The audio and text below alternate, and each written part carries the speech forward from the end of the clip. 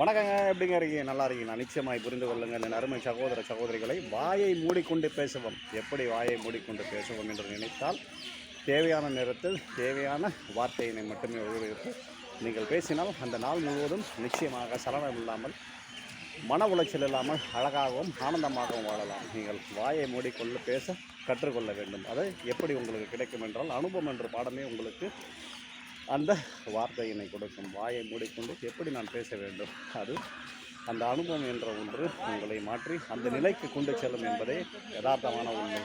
வாயை மூடிக்கொண்டு பேசினால் நிச்சயமாக உங்களிடம் பலர் நட்புடன் இருப்பார்கள். அந்த வாயை மூடிக்கொண்டு பேச எப்படி கற்றுக்கொள்ள வேண்டும் என்பதை நீங்கள் வாழ்க்கையில் பல நிகழ்வுகளை சந்திக்கத்தான் அந்த வாயை மூடிக்கொண்டு பேசக்கூடிய நிலை ஏற்படும். ஆகையால் புரிந்து கொள்ளுங்கள் என் அருமை சகோதர சகோதரிகளை.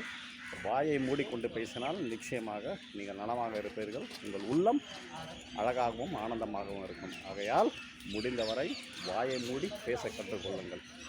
செய்வீர்களா?